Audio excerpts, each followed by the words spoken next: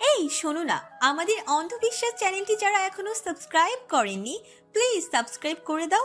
আর অল্প কিছু সাবস্ক্রাইবার হলে 1 লক্ষ পরিবার হবে। সবাই প্লিজ সাবস্ক্রাইব এবং বেশি বেশি শেয়ার করে দাও প্লিজ। তোমার সময় আছে নাকি ছেলেমেয়েরা কি করছে না করছে সেসব খোঁজ রাখার? তুমি তো সারাদিন কাজ নিয়ে পড়ে থাকো।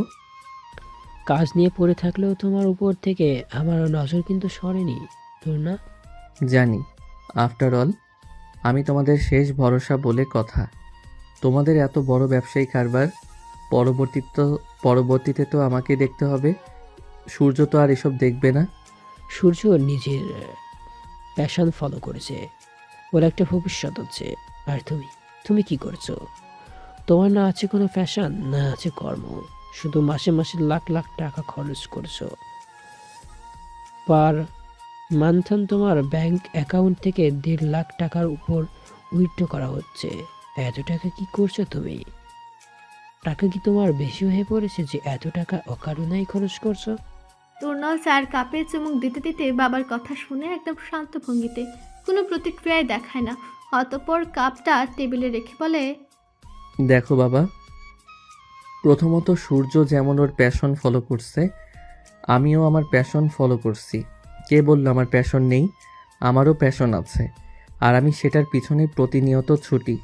দ্বিতীয়ত, আমি অকারণে তোমার টাকা খরচ করছি না, কারণ আছে বলেই আমি টাকা ওড়াচ্ছি। তাছাড়া তোমার টাকা বেশি না হলেও কম তো কিছু হয়নি। মাঝে মাঝে একটু টাকা ওড়ানো ভালো। তাছাড়া তুমি চিন্তা করো না, আমি ফেরত দেব সব টাকা তোমাকে।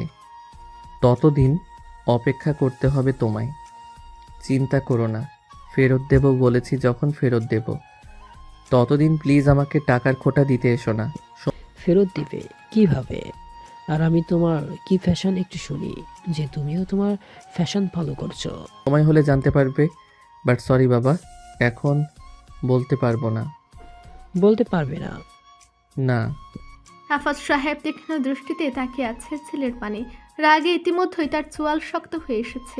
এই ছেলেটা দিনে দিনে চরম লেভেলের বেয়াদব হচ্ছে। এবার এর একটা ব্যবস্থা নিশ্চয়ই করবেন। ঠিক আছে, আর জানতেও চাইবে না তোমার প্যাশনের ব্যাপারে। তুমি কি করছো না করছো, কোথায় টাকা উড়াচ্ছ, সেসব ব্যাপারে আর কিছু জানতে চাইবো না। বাট তুমি যখন নিজের মতো চলবে বলেই ঠিক করে নিয়েছো, তখন একটা কথা মনে রেখো, আমার টাকায় যখন চলছে তখন আমারও কিছু কন্ডিশন পূরণ করতে হবে। তোমার বউও আছে, দুজনেই চলছো আমার টাকায়, সেজন্য কন্ডিশন তোমাকে মাস্ট বিপূরণ করতে হবে। তুমি নিশ্চয়ই বুঝতে পারছো আমার কথা। বাবা। আওয়াজ নিচে তুলল। মায়ের কথাই বিয়ে করেছো, ঠিক আছে, সেটা মেনে নিলাম, কিন্তু দিনের পর দিন তোমার বউ আমার পারিশ্রমের টাকা খাবে, সেটা আমি মেনে নিব না। বউকে খাওয়াতে হলে পারলে নিজেও একটু পরিশ্রম করো, নিজের টাকাও খাওয়াও বউকে। অফারটা অল, তুমি এখন আর ছোট নেই, কাজের বয়স, টাকা উপার্জনের বয়স হয়েছে তোমার। ওর জন্য কি তোমার খাবারে কম পড়ে যাচ্ছে নাকি টাকায়? ঠিক কোনটায় কম পড়ছে তোমার বলো তো বাবা। তুমি যা ভাববে তাই, তবে আমার কথার কোনো নড়চড় হবে না। পারলে নিজের পরিশ্রম করে বউকে খাওয়াও। বাবা। আওয়াজ নিচে তুলল। বরাবর বাবা ডেকে কি প্রমাণ করতে চাইছো? একটা কথা মাথায় ঢুকিয়ে নাও, আমার সিদ্ধান্ত যা তোমাকে শুনিয়েছে তা আর বদলাবে না। বাবার কথায় রাগে ইতিমধ্যেই তরুণের চোয়াল শক্ত হয়ে গিয়েছে। সে খুব ভালো করে বুঝতে পেরেছে এটা বাবার একটা সূক্ষ্ম চাল, যাতে সে ব্যবসার যোগ দেয়। তার ব্যবসায় যোগ দেওয়ার জন্য বাবা যে এরকম একটা বিশ্রী ট্রিক্স অ্যাপ্লাই করবে সেটা ভাবতে পারেনি তরুণ। সেজন্য তার রাগ লাগছে। তরুণ মাথা নিচু করে ফুস করে একটা নিঃশ্বাস ফেলে, কিছু একটা ভাবে বোধ হয়। অতঃপর বলে, ওকে, বলো তোমার কন্ডিশন। ব্যবসায় যোগ দিতে হবে, এই তো? এই তো ঠিক বুঝেছ। আগামী সোমবার কানাডার একটা কোম্পানির সাথে ডিল রয়েছে। আমাদের ডিলটা আমাদের ঢাকায় শাখা অফিসে হবে। আমি চাই ডিলটা তুমি হ্যান্ডেল করো। মনে রেখো, ডিলটা আমাদের জন্য কিন্তু খুবই ইম্পর্টেন্ট। এত ইম্পর্টেন্ট যখন আমাকে দিচ্ছ কেন? আমি ব্যবসায়ী নতুন। নতুন তো কি হয়েছে, আমি জানি তুমি পারবে।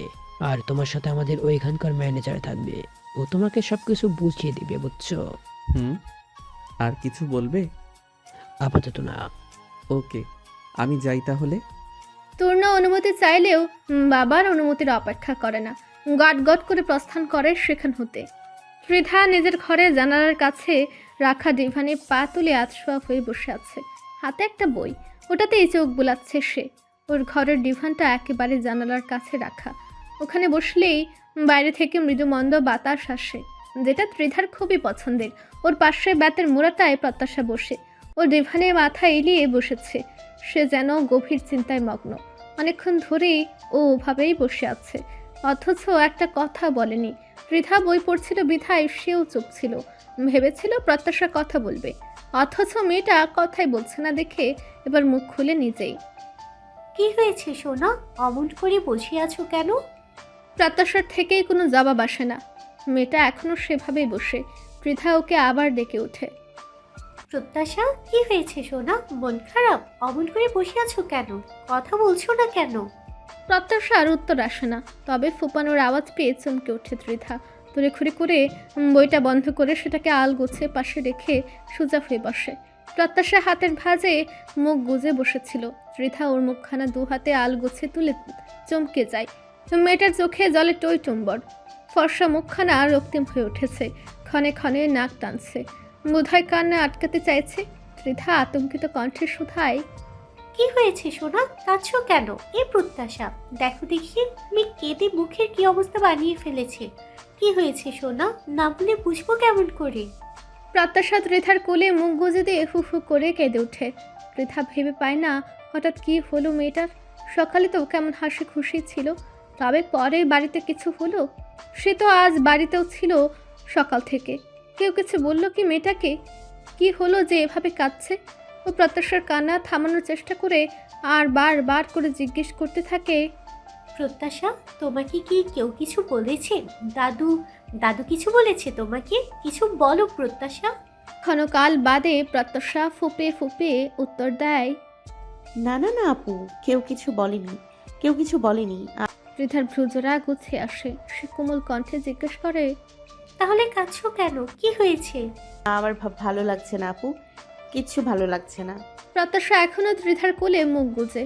ত্রিধা ওর মাথায় হাত বুলিয়ে দিয়ে জিজ্ঞেস করে, কি হয়েছে সোনা, মন খারাপ বুঝি? হুম খুব মন খারাপ? হুম মন খারাপের কারণটা আপুকে কি বলা যাবে? দেখি মুখখানা এবার তোলো দেখি। প্রত্যাশা ধীর গতিতে মাথা তুলে। ত্রিধা দু হাতে আঁচলে ওর মুখখানি নিয়ে চোখের পানি মুছে দিতে দিতে বলে, ইস, দেখো তো এই টুকটুকে ফুলটা কেঁদে কেটে মুখের কি অবস্থা বানিয়ে ফেলেছে। এই ফুলটাকে কাঁদতে কি ভালো দেখায় নাকি?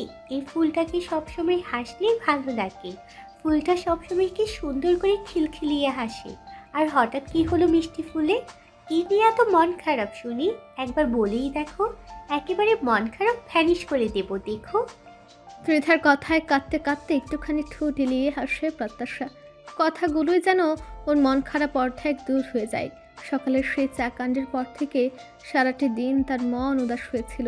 অবশেষে এখন সন্ধ্যাবেলায় ত্রিধা আপুর কাছে আসলো। আপুর কাছে এসে সে আর নিজেকে আটকে রাখতে পারেনি, কেঁদে ফেলেছে হু হু করে। সে তো ভেবেছিল এই বাড়িতে তাকে কেউ ভালোবাসে না, সবাই তাকে বিরক্ত মনে করে, কিন্তু এই তো ত্রিধা আপু তাকে কত ভালোবাসে।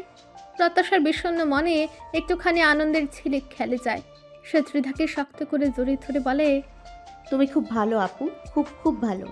ত্রিধা একটু অবাক হয় বটে, তবে সেটাকে খুব একটা পাত্তা না দিয়ে একটুখানি হেসে বলে, সেটা তো আমি জানি, কিন্তু এবার তোমার মন খারাপের কারণটা বলো তো দেখি। তোমার মনটা ভালো করতে পারি কিনা দেখি। প্রত্যাশা ত্রিধার বুক থেকে মাথা তুলে মাথা নিচু করে বসে। সকালের ঘটনাটা বলবে কি না তা নিয়ে দ্বিধায় পড়ে যায়। ত্রিধা ফের জিজ্ঞেস করে, কি হয়েছে, কি ভাবছো? তেমন কিছু নয় আপু, আসলে আজ সকাল থেকে মা বাবার কথা মনে পড়ছিল, তাই একটু মন খারাপ। মা বাবার কথা মনে পড়ছিল? হুম আচ্ছা প্রত্যাশা, তোমার মন খারাপ হলে চাচা চাচি কিভাবে তোমার মন ভালো করতেন? প্রত্যাশার বোধহয় প্রশ্নটি খুব পছন্দ হয়। সে উৎফুল্লিত কণ্ঠে বলে, আমার যখন মন খারাপ করতো তখন মা আমার জন্য আমার পছন্দের খাবার রান্না করতো, কিন্তু জানো আমি মোটেও খেতে চাইতাম না, মুখ ফুলিয়ে বসে থাকতাম। মা আমাকে খাবারগুলো খাওয়ার জন্য খুব সাধতো, তবুও আমাকে শুনিয়ে শুনিয়ে হাফসাকে ডাকতো। আমার যখন মন খারাপ করতো তখন মা আমার জন্য আমার পছন্দের খাবার রান্না করতো, কিন্তু জানো আমি মোটেও খেতে চাইতাম না, মুখ ফুলিয়ে বসে থাকতাম। মা আমাকে খাবারগুলো খাওয়ার জন্য খুব সাধতো, তবুও খেতাম না। শেষমেশ জানো মা কি করতো? মা আমাকে শুনিয়ে শুনিয়ে হাফসাকে ডাকতো খাবারগুলো খাওয়ার জন্য। তখনই আমি সেগুলো রাগ দেখিয়ে নিয়ে নিতাম। আর মা বকলে যখন মন খারাপ করে বসে থাকতাম তখন বাবাই আমার মন ভালো করতেন। বাবা আমাকে সাইকেলে করে ঘুরতে নিয়ে যেতেন। সারা বিকাল বাবার সাইকেলে করে নদীর ধারে বাজারে বাজারে ঘুরতাম। সন্ধ্যা হলে ফেরার সময় বাবা ঘুগনির দোকানে সাইকেলে থামাতেন, ওখানে থেকে ঘুগনি ফুচকা খেতাম। জানো আমাদের ওখানে রতন কাকা কত সুন্দর ঘুগনি বানায়, ওনার দোকানের ঘুগনি খেলেই তো আমার মন ভালো হয়। তোমার ঘুগনি খেতে বুঝি খুব ভালো লাগে সোনা? হ্যাঁ তো খুব ভালো লাগে। প্রত্যাশা, হ্যাঁ আপু। ঘুরতে যাবে? চলো ঘুগনি খেয়ে আসি। আমাদের এখানে তোমার রতন কাকার ঘুগনি না পেলেও বেশ কিছু স্ট্রিট স্টল বসে, সেখানেও দারুণ ঘুগনি বানায়। যাবে নাকি? সত্যি যাবে? হ্যাঁ চলো চাই। পূর্ণ ভাইয়া আর শুক্তি আপুও যাবে? হ্যাঁ চলো, আমরা সবাই যাব। তাহলে তো খুব মজা হবে। হ্যাঁ খুব মজা হবে। চলো তাহলে। প্রত্যাশাদের স্ট্রিট ফুড খেতে যাওয়ার পথে সাথে তূর্ণ।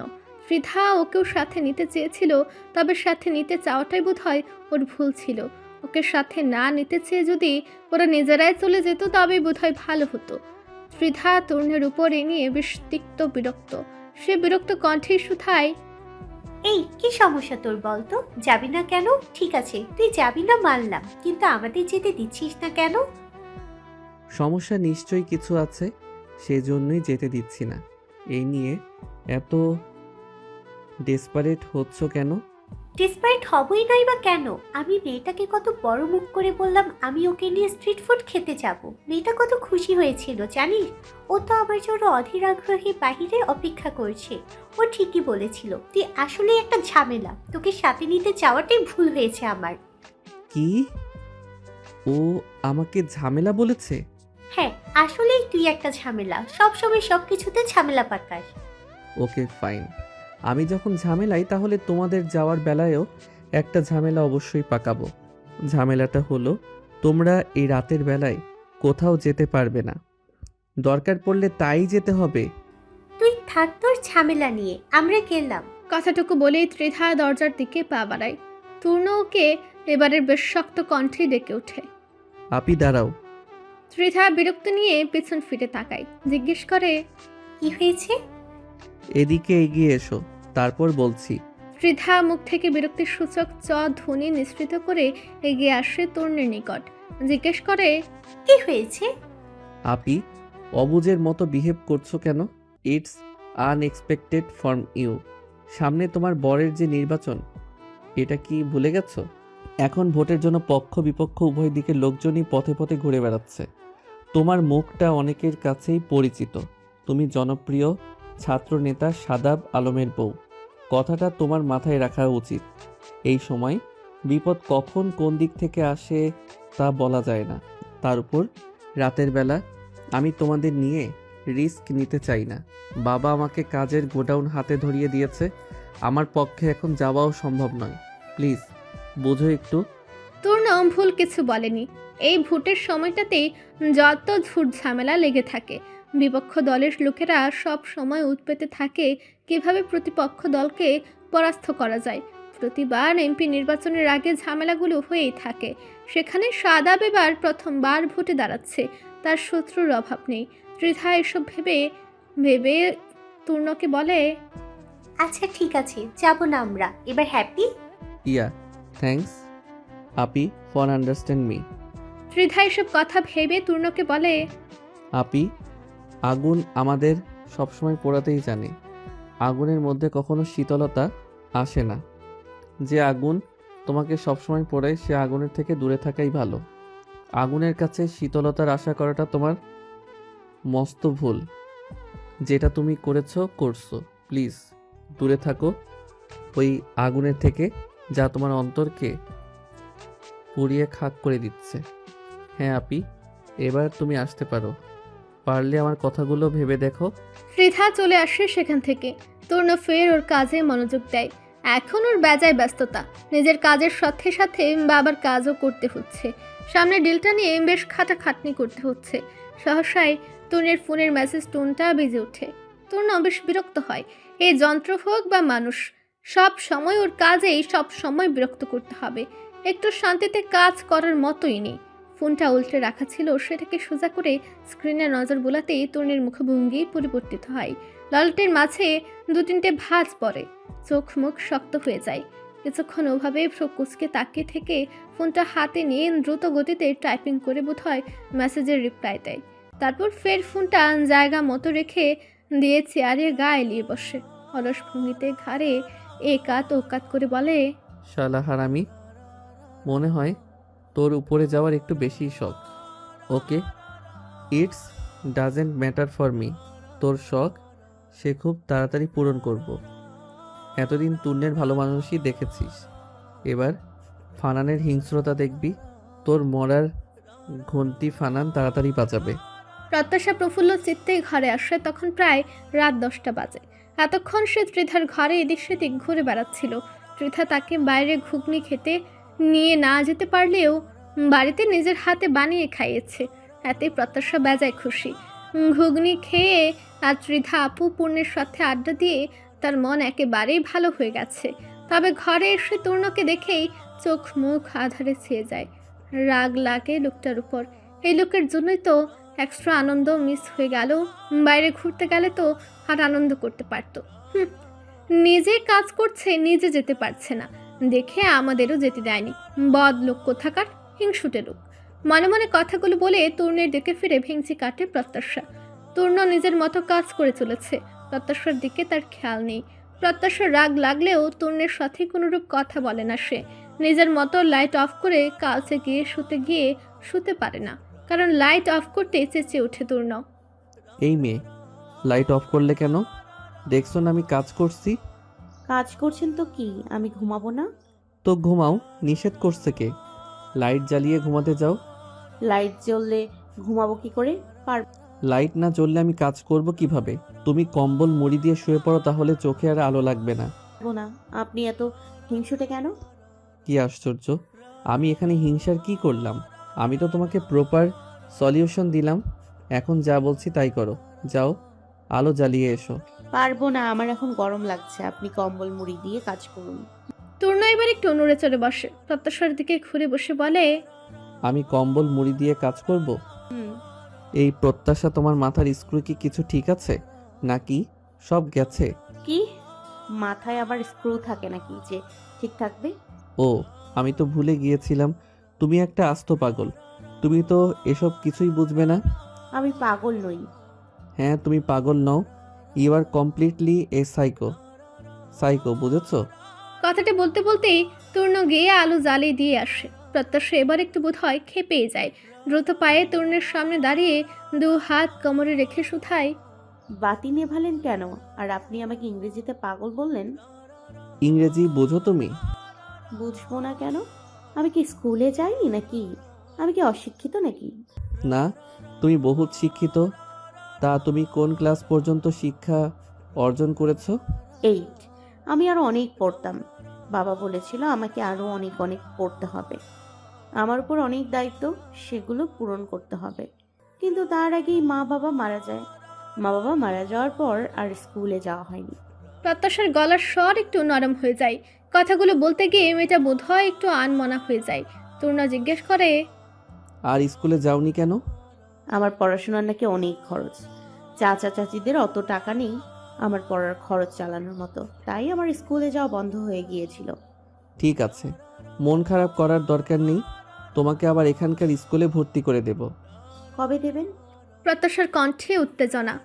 এখন তো বছরের প্রায় শেষ, এখন কোনো স্কুলেই ভর্তি নেবে না।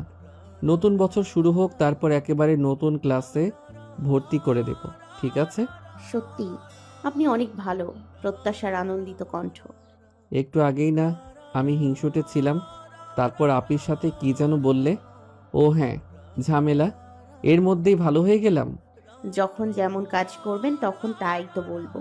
এখন একটা ভালো কথা বলেছেন তাই ভালো বললাম। ঠিক আছে, এবার তুমিও একটা ভালো মেয়ের মতো ভালো কাজ করো তো। যাও, চুপচাপ গিয়ে শুয়ে পড়ো। বাতি নিভিয়ে দিন, শুয়ে পড়ছি। বললাম না কাজ করছি। আচ্ছা, আপনি বই পড়েননি কেন? বই পড়লে আপনাকে এখন আর এত কষ্ট করে কাজ করতে হতো না। কে বলল আমি বই পড়িনি? পূর্ণ ভাইয়া বলেছে আপনি বই পড়েন না বলে আপনাকে মা বিয়ে দিয়ে দিয়েছে, আর বাবা এখন কাজ করতে বলেছে, তাই তো আপনাকে এখন এত কষ্ট করে কাজ করতে হচ্ছে। পূর্ণ এসব বলেছে? তরুণের কণ্ঠে বিস্ময়। প্রত্যাশা উপর নিজ মাথা ঝাঁকিয়ে শুধায়, হ্যাঁ, আর কি বলেছে জানেন? কি বলেছে? ভাইয়ারও বই পড়তে একদম ভালো লাগে না। ভাইয়াও আপনার মতো এখন থেকে পড়ায় ফাঁকিবাজি করবে, তাহলে মা তাড়াতাড়ি ভাইয়ার বিয়ে করিয়ে দেবে। ভাইয়ার অতি সত্তরই একটা বউ দরকার। কি? পূর্ণ এসব কথা বলেছে তোমাকে? আর ওর অতি সত্বরই একটা বউ দরকার কেন? তরুণের কণ্ঠে দারুণ বিস্ময়। প্রত্যাশা আগের ভঙ্গিতেই বলে, ভাইয়ার নাকি সবসময় জিনিসপত্র হারিয়ে যায়, মা খুঁজে দিতে গিয়ে সব সময় বকা দেয়, কান মলা দেয়। ভাইয়ার আর এসব ভালো লাগে না, তাই ভাইয়ার একটা বউ দরকার যাতে ভাইয়ার বউ সব জিনিসপত্র ঠিকঠাক গুছিয়ে রাখে, হারিয়ে গেলে খুঁজে দেয়, তাহলে আর মায়ের বকা খেতে হবে না। ওহ গ্রেট, সাহেবের এসব কাজ করার জন্য বউ দরকার তাই না? কাল সকালেই আমি ওর বউয়ের ব্যবস্থা করছি। ভাইয়াকে সত্যি সত্যি বিয়ে দেবেন নাকি? সকাল হলেই দেখতে পারবে। কথাটুকু বলে তূর্ণ এগিয়ে যায় নিজের কাজের জায়গায়। ওখানে গিয়ে চেয়ারে বসে পড়ে। প্রত্যাশা ওখানে দাঁড়িয়ে কি যেন ভাবে। অতঃপর তূর্ণের দিকে এগিয়ে গিয়ে ফিসফিস করে বলে, শুনুন, একটা কথা বলি। কি হয়েছে? আর এইভাবে ফিসফিস করছো কেন? পূর্ণ ভাইয়ার সত্যি বিয়ে দেবেন? কেন? আরে বলুন না, দেবেন? হ্যাঁ দেব। কেন, কি হয়েছে? পূর্ণ ভাইয়া না একটা মেয়েকে খুব পছন্দ করে, ওই মেয়েটার সাথেই পূর্ণ ভাইয়ার বিয়ে দেবেন কেমন?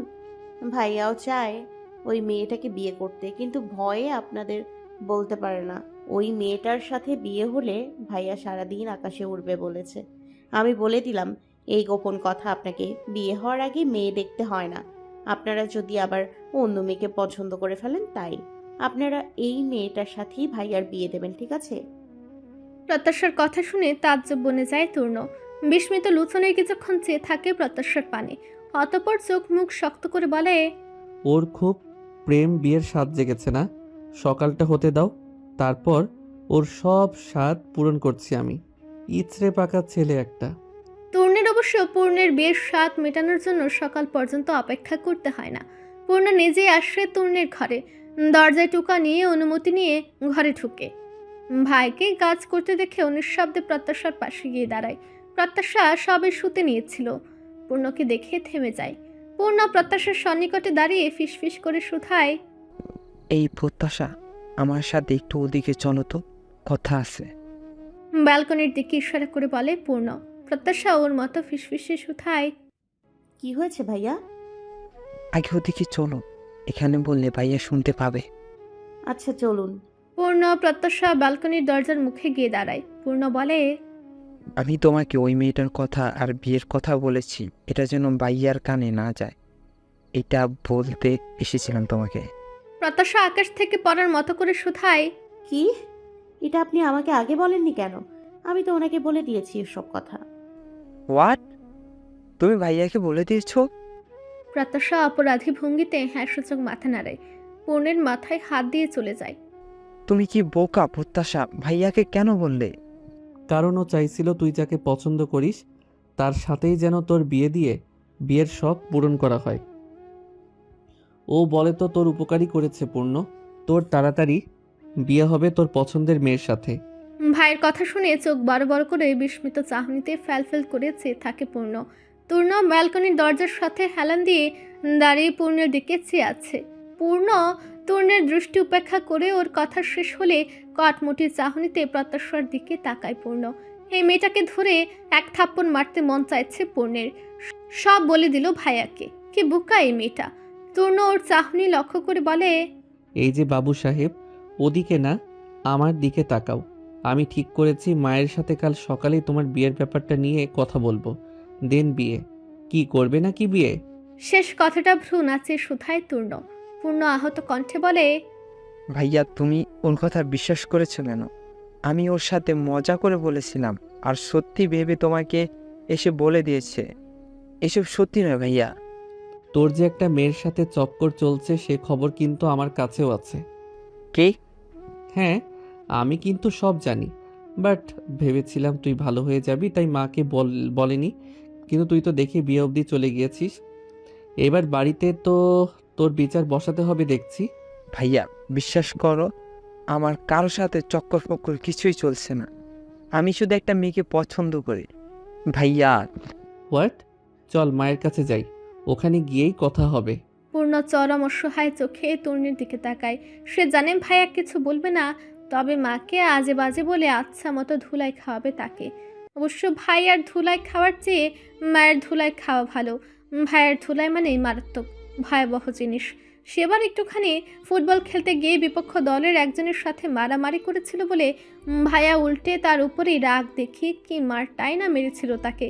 পুরো 1 মাস জ্বরে ভুগতে হয়েছিল। সেখান থেকে পূর্ণের গায়ে হাত তোলা কঠোরভাবে নিষিদ্ধ হয় বাড়ি থেকে। ভাইয়াও আর গায়ে হাত তুলেনি সেদিনের পর থেকে। তবে মায়ের থেকে মার খাওয়াতে ভুলে না তূর্ণ। ভাইয়া ভুল হয়ে গেছে আমার, প্লিজ মাকে বলো না। আমার পড়ার চাপ বাড়িয়ে দিবে। বিলিভ মি ভাইয়া, আর কখনো বিয়ে করতে চাইবো না আমি। আর চাইলেও তোমার ওই বোকা বউকে কখনো বলবো না। নিজের বিয়ে করে আসবো আমি। ওকে, তুমি প্লিজ বলো না, কেমন? আসছি আমি ভাইয়া, গুড নাইট। কথাটুকু কোনো মতো শেষ করে দৌড়ে বেরিয়ে যায় পূর্ণ। রক্তস্রাব ফ্যাল করে চেয়েছিল। এতক্ষণ দু ভাইয়ের কথোপকথনটা ওর মাথার মধ্যে ঢুকলো ঠিক বোঝা গেল না। তবে এটা খুব ভালো মতোই বুঝলো যে ফট করে কথাটা বলে বড্ড ভুল করে ফেলেছে বোধ হয়। সূর্য ওঠার সাথে সাথে সূচনা হয় আরও একটি নবদিনের। রাতের আধারে যে কৃত্রিম বাতিগুলো রোশনি ছড়াচ্ছিল সেগুলো এখন নিভেছে। তার বদলে ধরাকে এখন আলোকিত করে চলেছে সূর্যের প্রাকৃতিক রোশনি। পূব আকাশের ঝলমলে সূর্য উঠছে। তূর্ণ পূব আকাশের সেই সূর্য রোশনি গায়ে মাখতে ব্যস্ত। ব্যালকনির পালিশ করা চকচকে লোহার কার্নিশে 2 হাত থেকে দাঁড়িয়ে সোজাসুজি চেয়ে আছে পূর্ব দিকে। সকালের নির্মল বাতাস কপালের অবিন্যস্ত চুলগুলোকে উড়িয়ে দিচ্ছে। সেগুলো আবার কপালে এসে লেপ্টে পড়ছে সমানতালে। মুখ দেখে বোঝার উপায় নেই যে সে এখন গভীর চিন্তায় মগ্ন। চিন্তা চিন্তা চিন্তা, হ্যাঁ চিন্তা, যে জিনিসটা তরুণের মাথায় সব সময় থাকে। মাথাটা সবসময় ছোটাতে হয় দৌড় প্রতিযোগিতার অংশগ্রহণকারী ঘোড়াটির ন্যায়। না দৌড় করাতে পারলেই বোধ হয় সব গণ্ডগোল। হ্যাঁ গণ্ডগোল। এই যেমন এখন তরুণের চিন্তার সুতো কেটেছে। ব্রেনটা যেন স্তম্ভের ন্যায় স্থির হয়ে গেছে। সে আর ভাবতে পারছে না কোনো কিছুই, না ভাবতে পারছে না। কেন কেন কেন? তার মাথা কি নষ্ট হয়ে গেছে? না, মাথা তো ঠিকই আছে। তাহলে সব কিছু সুষ্ঠু সমাধা তো তার মাথা থেকে দ্বিধাহীন বের হয়েছে সব সময়। তবে এই একটা জায়গায় এসে তার চিন্তা ভাবনার ঝুলি কেন শেষ হচ্ছে? আর কতদিন? কম তো হলো এই জিনিসটা নিয়েই ঘাটাঘাটি করেছে ও।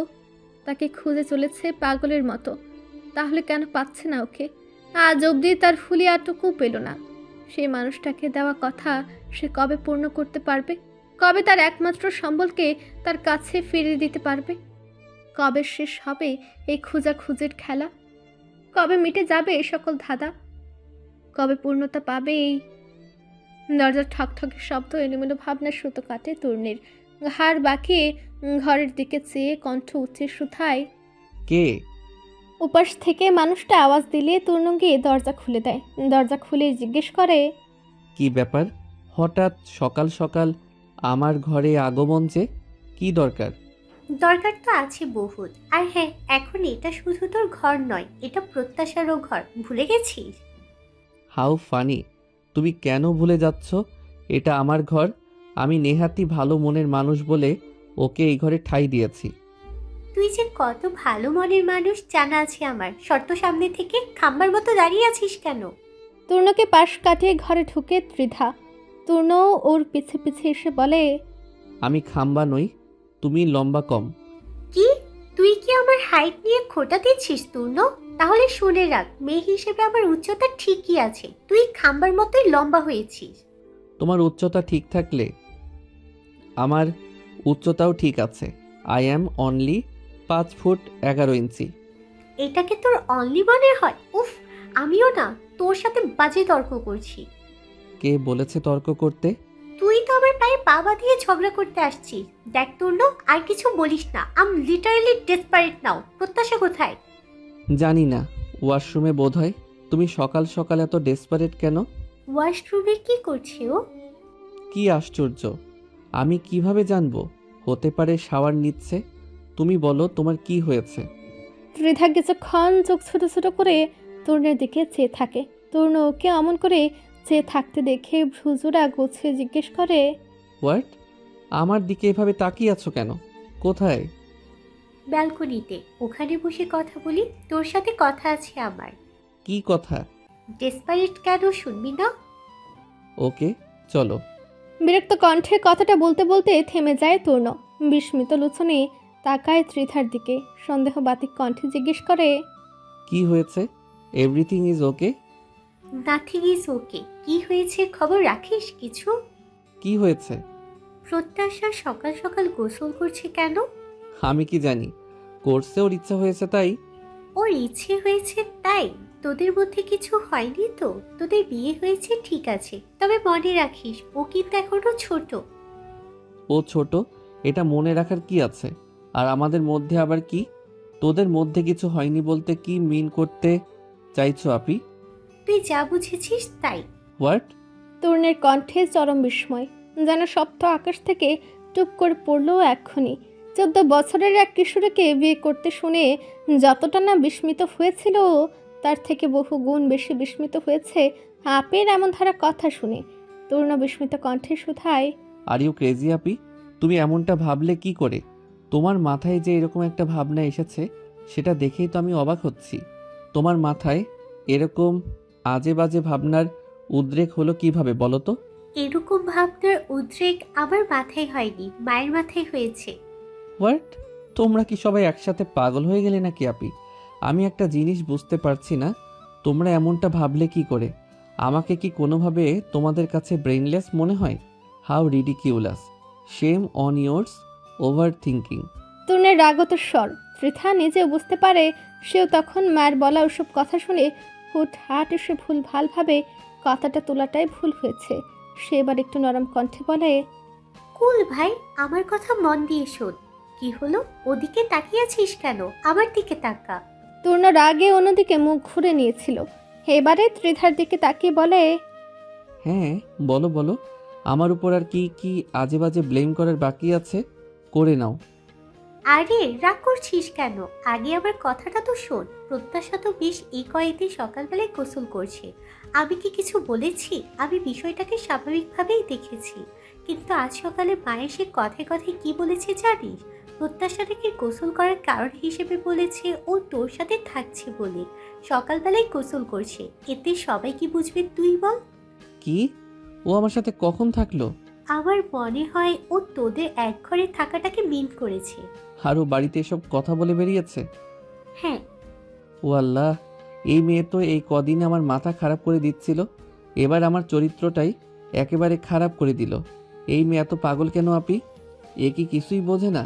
জাস্ট অসহ্যকর। ও মোটেও অসহ্যকর নয় আর পাগলও নয়। ও ছোট, এত কিছু বুঝেন নাকি? ছোট ছোটর মতোই থাকবে। ওকে বাড়িতে এসব কথা বলে বেড়াতে বলেছে কে? মনে তো হচ্ছে ওর গালে ঠাস ঠাস করে দুটো চড় মেরে আসি। ওকে আমার সামনে শুধু আসতে দাও একবার, তারপর দেখো ওর কি হাল করে ছাড়ি। খবরদার তূর্ণ, একদম কিছু বলবি না ওকে। আপি, আমার মাথায় আগুন জ্বলছে। আগুনে পানি ঢাল আর আমাকে ভাবতে দে। কি ভাববে আবার? কিভাবে আমার মাথা খারাপ করা যায় সেটা? হ্যাঁ সেটাই, একটু চুপ থাকবি প্লিজ। ত্রিধার কথায় ওর দিকে কটমট করে তাকিয়ে থেকে চুপ করে যায় তূর্ণ। ওর মাথায় সত্যি সত্যি আগুন জ্বলছে। ওই মেয়েটা এত অবুঝ কেন? কিছুই বুঝে না। আশ্চর্য, এতদিন তাকে পাগল করার পায়তারা করছিল, আজ একেবারে চরিত্র নিয়ে টানাটানি লাগিয়ে দিল। জীবনে এখনো কোনো দিন ভালো করে ফিরেও তাকালো না ওর দিকে।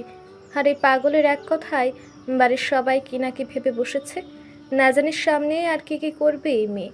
চরম বিরক্তিতে কথাগুলো ভাবতে ভাবতে মাথা নিচু করে রাগ নিয়ন্ত্রণের চেষ্টা করলো তূর্ণ। তবে যতটুকু রাগ কন্ট্রোল করেছিল প্রত্যাশার আগমনে তা আবার এসে মাথার মধ্যেই গেড়ে বসেছে। প্রত্যাশা এসে ত্রিধাকে বসে থাকতে দেখে জিজ্ঞেস করে, ও তুমি ভালো হয়েছে এসছো। আমি তোমার কাছেই যাচ্ছিলাম। দেখো আজ শাড়ি পরতে পেরেছি। একটু খারাপ হয়েছে, তবে তুমি একটু ঠিক করে দাও, তাহলে একেবারে পারফেক্ট হবে। আচ্ছা দীপু, তুমি এখানে এসে বসো তো প্রত্যাশা। নিজের পাশের চেয়ারটা দেখে বসতে বলে ত্রিধা। প্রত্যাশা ওর নিকট এগিয়ে গিয়ে অবশিষ্ট 3 নাম্বার চেয়ারটায় বসতে বসতে একবার তরুণের দিকে খেয়াল করে। ওর দিকে তাকাতেই ভরকে যায় প্রত্যাশা। অমন করে তাকিয়ে আছে কেন লোকটা? মনে হচ্ছে চোখ দিয়ে জ্বালিয়ে দিবে। প্রত্যাশা চেয়ারটায় এগিয়ে নিয়ে ত্রিধার গা ঘেঁষে বসে ফিসফিস করে শুধায়।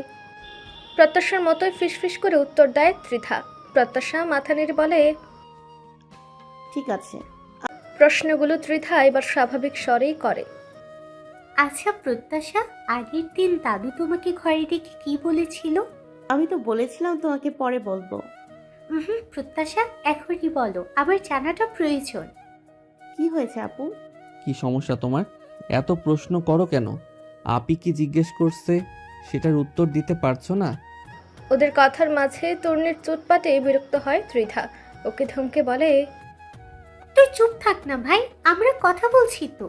পরপর প্রত্যাশাকে বলে, আচ্ছা প্রত্যাশা, তুমি আমার কথার উত্তর দাও তো।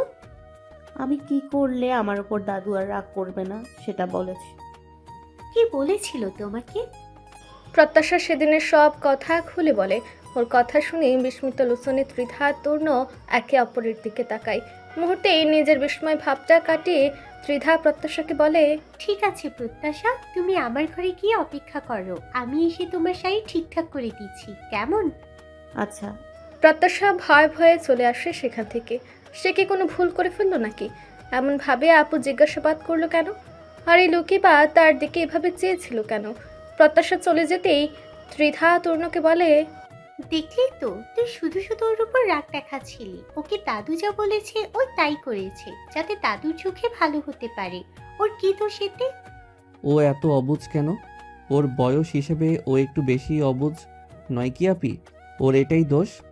ওর বয়স এতটাই বেশি হয়ে যায়নি যে ও এসব ব্যাপারে কেউ না বললে এমনি এমনি বুঝে নেবে। ওকে কেউ বুঝ না দিলে ও অবুঝ হবে না কেন? তাছাড়াও সহজ সরল, এখনকার বাচ্চাদের মতো ওর মধ্যে এত প্যাচর নেই। ও খালি চোখে যা দেখে তাই বিশ্বাস করে। আচ্ছা বাদ দে এসব কথা, যা হয়ে গেছে তা হয়ে গেছে, আমি ওকে বোঝাবো। এরকম ভুল আর কখনো করবেন না। আল্লাহর রহমতে তাই করে। আমার উপর একটু এহসান করো তুমি। তরুণ মাথা নিচু করে 2 হাতে মাথা চেপে বসে। ত্রিধা কিছুক্ষণ ওর দিকে তাকিয়ে থেকে ফের ওকে ডেকে ওঠে। তূর্ণ, বলো। তরুণ সেভাবেই থেকে উত্তর দেয়। ত্রিধা বলে, মাছ সাদাবকে আসতে বলেছে। তরুণ চট করে মাথা তুলে জিজ্ঞেস করে, কেন? আমাদের মধ্যে কোনো ঝামেলা হয়েছে কিনা জানতে চাইছিল। যদি কোনো ঝামেলা হয়ে থাকে তাহলে মিটিয়ে নিতে বলছে। আর আজ আসার কথাও বলছিল। ঝামেলা সে করেছে, তুমি নও। তাই ওকে তোমায় ডেকে ঝামেলা মিটিয়ে নিতে হবে। তাও দুজনের মধ্যে একজনকে কম্প্রোমাইজ করা উচিত। তুমি কি সব কিছু ঠিক করার কথা ভাবছো? যদি সেরকম কিছু ভেবে থাকো তাহলে মাথা থেকে ঝেড়ে ফেলো। ঝামেলা মিটাবার কথা ভুলে যাও। পারলে ডিভোর্সটা করে নাও, কারণ এরপর যা হবে আমি তোমার উপর কোনো আঁচ আসতে দিতে চাই না। তুই ডিভোর্সের কথা বলছিস? ত্রিধার বিস্মিত স্বর। হ্যাঁ। কখনো সম্ভব নয়। সম্ভব নয় কেন? এই প্রশ্নে ত্রিধার হাতটা আপনা আপনি ওর প্যাটে চলে যায়। কিছুটা বিস্ময় নিয়ে শুধায়, ও কি ওর বাবাকে ছাড়া মানুষ হবে নাকি? হ্যাঁ, ও ওর বাবাকে ছাড়াই মানুষ হবে, আর ভালোভাবেই মানুষ হবে। বাবার সান্নিধ্য পেলে ও একটা অমানুষে পরিণত হবে। বুঝেছো তুমি? বাবার সান্নিধ্য পেলে ও একটা অমানুষ হবে। প্রত্যাশা দারুণ লজ্জা পেল নিজের বোকামির জন্য। ওর এতটাই লজ্জা লাগছিল যে লজ্জায় আর কারোর সামনে যেতে ইতস্তত বোধ করছিল। ত্রিধা তাকে সরাসরি কিছু না বললেও আকারে ইঙ্গিতে বুঝিয়েছে অনেক কিছুই। সে তো আর একেবারে বাচ্চা নয় যে কিছুই বুঝবে না। সে নেহাতি জানতো না বলে একটা ভুল করে ফেলেছে, কিন্তু জানার পর বিস্তর লজ্জায় ছেয়ে গেছে কিশোরীর অন্তর। ইস, কি ভুলটাই না সে করে ফেললো। কিশোরীর মনে বোধ হয় একটু বেশি লজ্জার সঞ্চার হয়। ত্রিধা নিষেধ করে এত লজ্জা না পেতে, কিন্তু লজ্জার মতো আবেগীয় বস্তু কি আর কারো নিষেধ শুনে? মোটেই না। প্রত্যাশার লজ্জা এখন আকাশচুম্বী। সে লজ্জিত আননে ঘরে আসে, মনে মনে খুব করে চায় আজ আর কারোর সামনে যাবে না সে, অন্তত একটু হলেই লজ্জা পাওয়া কমুক। কিন্তু ঘরে এসে তাকে তরুণের মুখোমুখি হতে হলো। তরুণকে দেখে সে যার পরনায় অবাক। এই সময় তরুণ বাড়িতে থাকে না, তবে আজ এখনো বাড়িতে রইল যে। তরুণ মাথা নিচু করে কপালে বৃদ্ধ ও তর্জনী আঙ্গুল ঠেকিয়ে চুপচাপ বসে রয়েছে। প্রত্যাশা কথা বলল না, ভয়ে ভয়ে ব্যালকনির দিকে পা বাড়ালো। তবে তখনই খ্যাপার সারের ন্যায় এসে প্রত্যাশার তুলতুলে ছোট্ট হাতখানা চেপে ধরল তরুণ। প্রত্যাশা অবাক হওয়ার সময়টুকু পেল না। তার আগে তরুণ হেসে সে জিজ্ঞেস করে, আমার মাথা খারাপ করেও শান্তি হচ্ছিল না, তাই না? তাই একেবারে সবাইকে দিয়ে আমাকে নিয়ে আজে বাজে চিন্তা করালে। বেয়াদব মেয়ে কোথাকার। অ্যাকচুয়ালি তুমি চাচ্ছটা কি বলবে প্লিজ? আমাকে পাগল বানিয়ে কি শান্তি পাবে তুমি? আমি তোমাকে বাচ্চা ভেবেছিলাম, ভালো ভেবেছিলাম, কিন্তু তুমি দেখি আজ তো একটা বজ্জাত। নিজের ক্রোধের কাছে না পেরেও আবার রিয়েক্ট করে উঠে তরুণ। প্রত্যাশার অক্ষে কুটার ভ্যাট করে কপাল গড়িয়ে নীরবে চোখের জল পড়ছে, যেগুলো মিলিয়ে যাচ্ছে গলার ভাঁজে। তরুণ তা দেখে ফের বলে উঠে, ন্যাকা কান্না কাঁদবে না মেয়ে, চুপ করো। আমার সামনে কাঁদলে কিন্তু মেরে দিব একদম। Stop, I said, just stop your crying. প্রত্যাশা ক্রন্ধনরত কণ্ঠে কোনো মতে শুধায়, লাগছে, ছাড়ুন। লাগুক, লাগার জন্যই তো ধরেছি। আগে বলো তুমি এমনটা কেন করেছো? How dare. তরুণ কথা শেষ করতে পারল না। মেয়েটার ঢলে পড়েছে ওর বাহুতে। তরুণ হয়তো বিহব্বল, বিমূঢ় নয়নে কিছুক্ষণ চেয়ে থাকে প্রত্যাশার চোখের জলে সিক্ত বদ্ধ আখির স্তব্ধ মুখপানে। মেয়েটা জ্ঞান হারালো। এবারে বোধহয় হুঁশ ফেরে তরুণের। সে এটার আগের বর্ষে কি করতে যাচ্ছিল? বাচ্চা মেয়েটার সাথে এ কেমন ব্যবহার করছিল? আশ্চর্য। আর ইউ গনে mad fires Tarun? She is not adult যে এত কিছু বুঝবে। নিজেকেই নিজে বিড়বিড় করে শোধায় তরুণ। এদিকে নিজের হাতের বাঁধন গলিয়ে প্রত্যাশার দেহটা আলগা হয়ে যাচ্ছে দেখে প্রত্যাশাকে এবারে আগলে নেয় তরুণ। বাম হাতের বাহুতে ওর ছোট্ট মাথাখানা রেখে ডান হাতের তালুর সাহায্যে আলতো চাপড় মারতে থাকে প্রত্যাশার মুখে, সাথে ডাকতে থাকে ক্রমাগত। না, মেয়েটার কোনো সাড়া নেই। এবারে তরুণ ঘাড় ও হাঁটুর নিচে হাত গুলিয়ে ওকে তুলে নেয় শূন্যে। কয়েক কদম এগিয়ে গিয়ে শুয়ে দেয় শ্বেতরঙা বিছানায়। তরুণ প্রত্যাশার শিয়রের নিকট বসে ব্যাডসাইড টেবিল থেকে পানির গ্লাসটা দ্রুত নিয়ে পানি ছিটাতে থাকে মুখে। প্রত্যাশা, এই প্রত্যাশা, ওঠো। এই মেয়ে চোখ খোলো। প্রত্যাশা। প্রত্যাশার জ্ঞান ফিরে প্রায় 5 মিনিটের মাথায়। জ্ঞান ফিরে চোখ মিলিয়ে চোখের সামনে তরুণকে দেখেই আবার আলগোছে চোখ বন্ধ করে নিয়ে ওদিকে ঘুরে শোয়। তরুণ জিজ্ঞেস করে, ওদিকে ঘুরলে কেন? আমার দিকে তাকাও প্রত্যাশা। Are you okay? দেখি এদিকে ঘুরো। না। না কেন? আপনাকে আমার ভয় লাগছে। সময় নিয়ে উত্তর দেয় প্রত্যাশা। তরুণ ক্ষণিকের জন্য ওর দিকে তাকিয়ে থেকে ফুস করে একটা নিঃশ্বাস ফেলে শুধায়, ঠিক আছে, ঘুরতে হবে না। আমার প্রশ্নের উত্তর দাও। জ্ঞান হারালে কিভাবে? এইটুকুতে কেউ জ্ঞান হারায় নাকি? আমার ভয় লাগছিল। মিনমিনে কণ্ঠে বলে প্রত্যাশা। এত ভয় যে জ্ঞান হারাতে হবে? তরুণের কণ্ঠে বিস্ময়। প্রত্যাশা আগের সুরেই উত্তর দেয়, মাফ করবেন। তরুণ ক্ষণকাল ভ্রুকুচকে ওর পানে তাকিয়ে থেকে উত্তর দেয়, কোনটার জন্য মাপ চাচ্ছ? জ্ঞান হারানোর জন্য নাকি নিজের কাজের জন্য? দুটোর জন্যই। আমি সত্যি জানতাম না যে সকালে। এতটুকু বলে থেমে যায় প্রত্যাশা। তরুণ একটা তপ্ত শ্বাস ফেলে বলে, ওকে, লিভ ইট নাও। ফার্দার এমন ভুল যেন আর কখনো তোমার দ্বারা না হয়, নয়তো কিন্তু মেরে ফেলবো তোমাকে। কথাটির বিপরীতে জবাব আসে বেশ কিছুক্ষণ পরে। মেরে ফেলুন আমাকে, মরতে চাই আমি। মা বাবার কাছে যেতে চাই। আমার একা থাকতে ভালো লাগে না।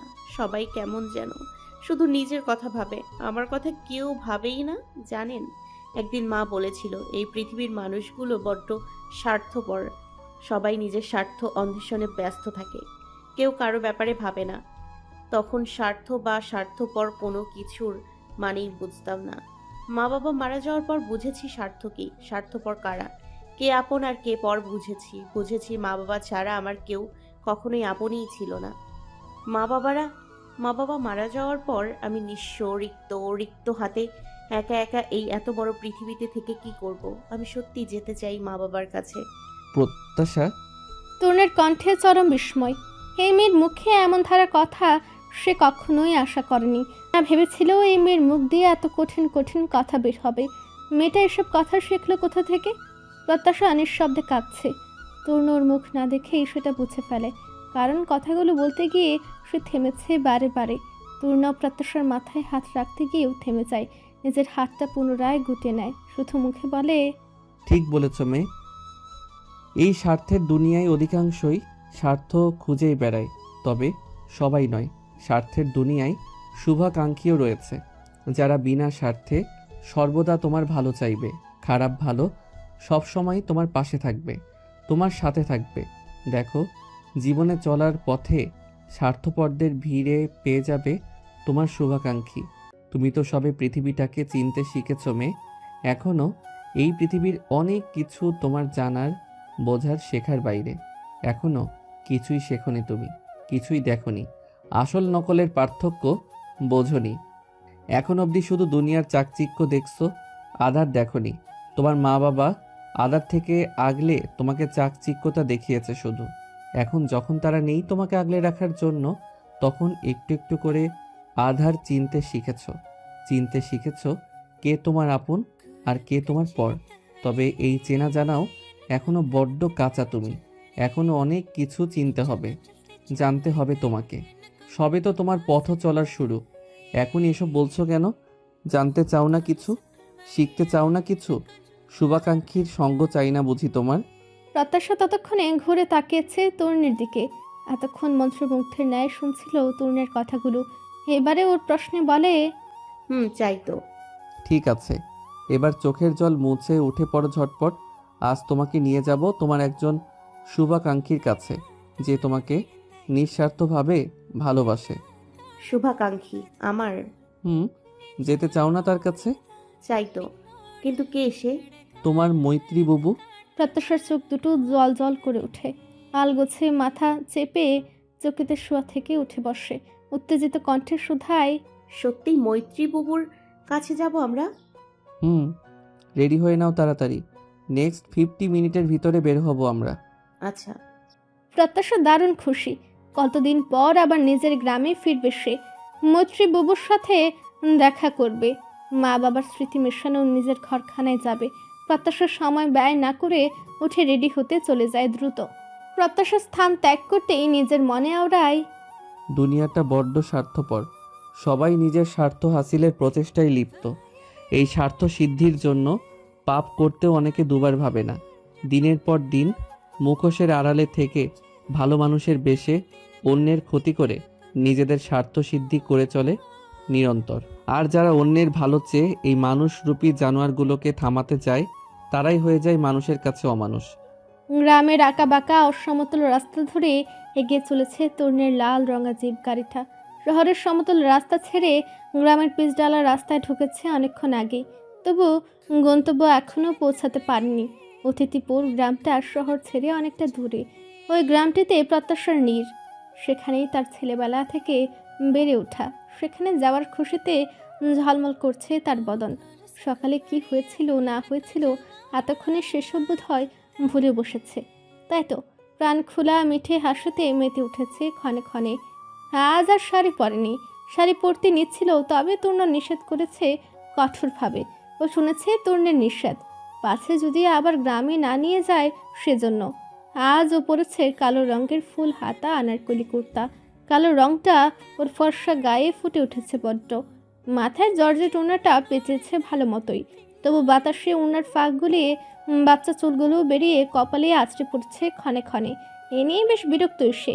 এই চুলগুলো এত বিরক্তিকর কেন? নিজের বাড়ির রাস্তায় ঢুকতেই মৈত্রীকে দেখতে পেয়ে গাড়ি থেকে নামার জন্য উতলা হয়ে পড়ে প্রত্যাশা। তরুণ গাড়ি থামাতেই প্রত্যাশা গাড়ি থেকে নামতে গিয়ে আটকে যায়। সিট বেল্টটা তাড়াতাড়ি খুলতে না পেরে টানা হ্যাচড়া করতে শুরু করে। প্রত্যাশা, ওরকম করছো কেন? ছিঁড়ে ফেলবে নাকি ওটাকে? তরুণের ধমকে ওর দিকে মুখ কাছামাছা করে তাকায় প্রত্যাশা, বলে, বললাম এটা বাঁধবো না, তাও জোর করে বেঁধে দিলেন কেন? এবার খুলবো কিভাবে? এটা তো খুলছে না। আমি খুলে দিচ্ছি তো, আগে আমার সিট বেল্টটা খোলার সময় দাও। তাড়াতাড়ি দিন না। দিচ্ছি। তরুণ নিজের সিট বেল্টটা খুলে প্রত্যাশারটা খুলে দিতেই প্রত্যাশা গাড়ি থেকে নেমে দৌড়ে মৈত্রীকে গিয়ে জড়িয়ে ধরে। মৈত্রীও প্রত্যাশাকে উষ্ণ আলিঙ্গনে বুকের মধ্যে আবদ্ধ করে। মাথায় ছোট্ট একটা চুমু খেয়ে বলে, কেমন আছিস মোনা? এই মোনা, কাঁদছিস কেন রে? এখন তো আমার কাছে চলে এসেছিস, তাহলে কাঁদছিস কেন? চুপ কর সোনা, চুপ কর। প্রত্যাশা কাঁদছে। কথাগুলো বলতে বলতে মৈত্রীও কেঁদে ফেলে। তাদের কান্না কাটিতে কেটে যায় ক্ষণকাল। তরুণ দূর থেকে দাঁড়িয়ে সেসব দেখে। তারপর মৈত্রীর বুক থেকে প্রত্যাশার মাথা তুলতেই তরুণ চোখ হতে রোদ চশমাটা খুলে গলার কাছে টি শার্টে ঝুলিয়ে এগিয়ে যায় ওদের দিকে। মৈত্রী ওকে দেখতে চোখের জল মুছে জিজ্ঞেস করে, কেমন আছেন ভাইয়া? আলহামদুলিল্লাহ, তুমি কেমন আছো? ভালোই আছি। এখন এই যে মোনাকে এনে দিলেন, এখন আরো মন ভালো হয়ে গিয়েছে। থ্যাংক ইউ ভাইয়া। You are most welcome. তোমার বোনকে তোমার কাছে এনে দিলাম, এবার রাখো কিছুক্ষণ তোমার কাছে। কিছুক্ষণ কেন, থাকবেন না আজ? সম্ভব নয় মৈত্রী, ফিরে যেতেই হবে। এসে যাওয়ার কথা শুরু করে দিলেন, এটা কিন্তু ঠিক না ভাইয়া। তরুণ একটু হাসে, বলে, ওকে, আই এম সরি এসেই যাওয়ার কথা বলার জন্য, কিন্তু থাকাও সম্ভব নয় মৈত্রী, বিকালেই ফিরতে হবে। ঠিক আছে তাহলে, নিয়ে যাও ওকে। আপনি কোথায় যাচ্ছেন? কথাটা ফট করে জিজ্ঞেস করে প্রত্যাশা। তরুণা বলে, কিছু কাজ আছে আমার, তুমি ততক্ষণ বুবুর সাথেই থাকো, আমি কাজটা মিটিয়ে আসি। প্রত্যাশা বাধ্য বাচ্চার ন্যায় মাথা নাড়ে। মৈত্রী বলে, তাড়াতাড়ি আসবেন ভাইয়া। আসবো, ছোট্ট একটা কাজ আছে, সেটা মিটিয়ে আসি। ঠিক আছে, তাড়াতাড়ি আসবেন তাহলে। তরুণ প্রস্থান করে সেখান হতে রওনা দেয় তার ছোট্ট কাজখানা সম্পূর্ণ করার উদ্দেশ্যে, যেটা সম্পূর্ণ করার জন্যই তার মূলত আজ এই অতিথিপুরে আসা। হুট করে মৈত্রীর সাথে প্রত্যাশার আগমনে অবাক হয়েছে সবাই। মৈত্রীর প্রত্যাশার বড় চাচার মেয়ে, তাই সে প্রত্যাশাকে নিয়ে প্রথমে ওদের বাড়িতে এসেছে। প্রত্যাশাকে দেখতেই ওর ছোট চাচার মেয়ে হাফসা হাঁক ডাক করে বাড়ির সবাইকে এক জায়গায় জড়ো করে ফেলে। প্রত্যাশার চাচারা কেউ বাড়িতে নেই। এই সময়টায় সবাই বাইরে নিজেদের কর্মস্থলে থাকেন, তবে দুই চাচি বাড়িতেই আছে। তারা উঠোনে মৈত্রীর সাথে প্রত্যাশাকে দেখে যার পরনায় অবাক। দুজনেই বারান্দায় দাঁড়িয়ে ওর পানে বিস্মিত নয়নে চেয়ে আছে। মৈত্রী ততক্ষণে প্রত্যাশাকে নিয়ে এগিয়ে এসেছে তাদের কাছে। মৈত্রী প্রত্যাশাকে দেখিয়ে বলে, মা দেখো কাকে নিয়ে এসেছি। আপনারা কেমন আছেন বড় মা, ছোট মা? জিজ্ঞেস করে প্রত্যাশা। ওনাদের দুজনের কেউই ওর প্রশ্নের উত্তর দেয় না। উল্টে ওর ছোট চাচি মৈত্রীকে জিজ্ঞেস করে, হ্যাঁ রে মৈত্রী, তুই এই ভোর দুপুরে একে কোথায় পেলি? কোথায় পাবো আবার, এসেছে ওই বাড়ি থেকে। কার সাথে এসেছিস প্রত্যাশা? একা এলি নাকি? না ছোট মা, ওনার সাথে এসেছি। তোর বরের সাথে এসেছিস? হুম। তা কোথায় সে? তাকে তো দেখছি না, নাকি তোকে রেখেই চলে গিয়েছে? ভাইয়ার কি একটা কাজ আছে, সেটাই সম্পূর্ণ করতে গিয়েছে, আসবে আবার এখনই। নবাবজাদার এখানে আবার কি কাজ? আহ মা, এভাবে বলছো কেন ভাইয়াকে? তা কিভাবে বলবো? বিয়ের দিন ওই ছেলের যে হাব ভাব দেখলাম, বাবারে বাবা। তোমাদের কাজকর্ম দেখে ভাইয়া ওরকম করেছিল। আমাদের আবার কি কাজকর্ম দেখাবে? হ্যাঁ, প্রত্যাশাকে তুই যে বিয়ে করবি, আগে ভালোভাবে বললেই হতো, আমরা দিয়ে দিতাম বিয়ে। তা না, আগে কিছুই বললো না। বিয়ের দিনে সে বরের মাথায় বন্দুক ঠেকিয়ে হাঙ্গামা শুরু করে দিল। বিয়ের দিনে ওরকম হাঙ্গামা করে আমাদের মান সম্মান খোয়ানের কি দরকার ছিল? আহ মা, বাদ দাও তো ওসব কথা। আর এই রোদের মধ্যে প্রত্যাশা কি এখনো বাইরে দাঁড়িয়ে থাকবে? সরো তো দেখি, ঘরে উঠি ওকে নিয়ে। চল প্রত্যাশা।